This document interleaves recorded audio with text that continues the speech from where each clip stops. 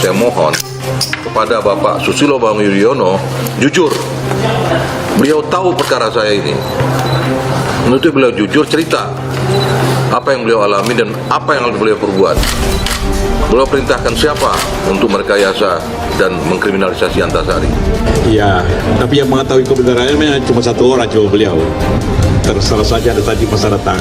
Walaupun masa lalu kita selesaikan, ya kita ajukan.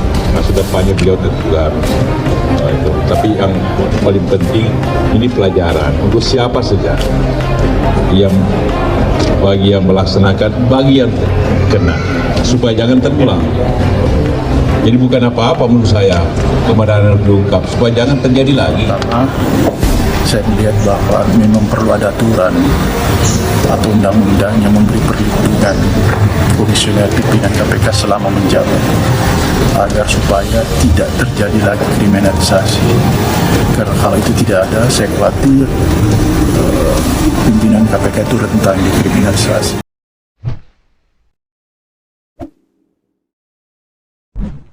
Kita tahu sendiri ya, bagaimana kasus Antasari menggemparkan seisi jagat raya Indonesia pada tahun 2009 lalu.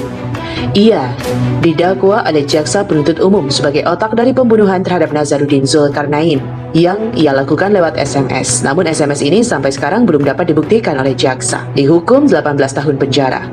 Antasari akhirnya bebas murni setelah menjalani hampir 8 tahun penjara dan mendapatkan gerasi dari Presiden Joko Widodo. Ketika kasus itu bergulir, kita semua yakin bahwa beliau dikriminalisasi karena KPK ketika itu baru saja menahan besan SBY, Aulia Pohan, karena kasus suap tender pencetakan uang. Semua orang dari berbagai kalangan, dari politisi hingga pelajar SMA, berspekulasi bahwa Antasari dikriminalisasi karena berani menyentuh besannya penguasa ketika itu. Meskipun telah menempuh upaya hukum hingga kasasi ke Mahkamah Agung, Antasari ya tetap saja gagal dan mendekam di balik jeruji besi. Namun, kini rezim telah berubah. Penguasa telah berganti dan Antasari juga telah bebas murni. Memang sejak beberapa minggu lalu mengatakan bahwa dirinya siap membongkar kasus yang direkayasa yang menjerat dirinya hari ini. Tepat 14 Februari 2017, Antasari Azhar secara resmi menarik nama SBY dan Haritanu Sudibyo ke dalam pusaran kasusnya.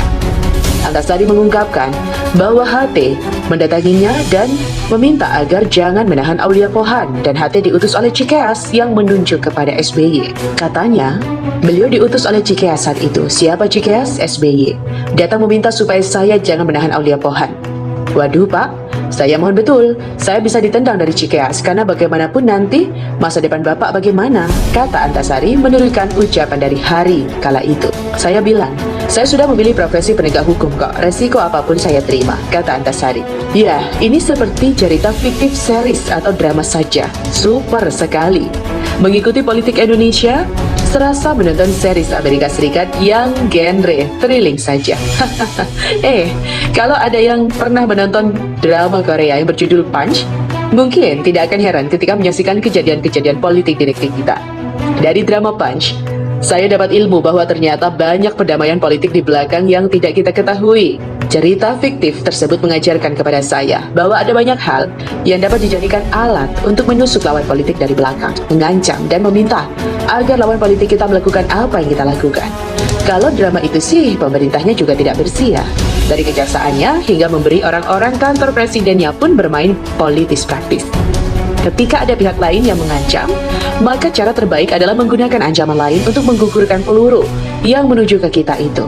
Ditambah lagi, drama Punch mengajarkan kepada saya bahwa tidak ada identitas politik atau kerjasama politik yang abadi. Semuanya dalam politik adalah tentang kepentingan.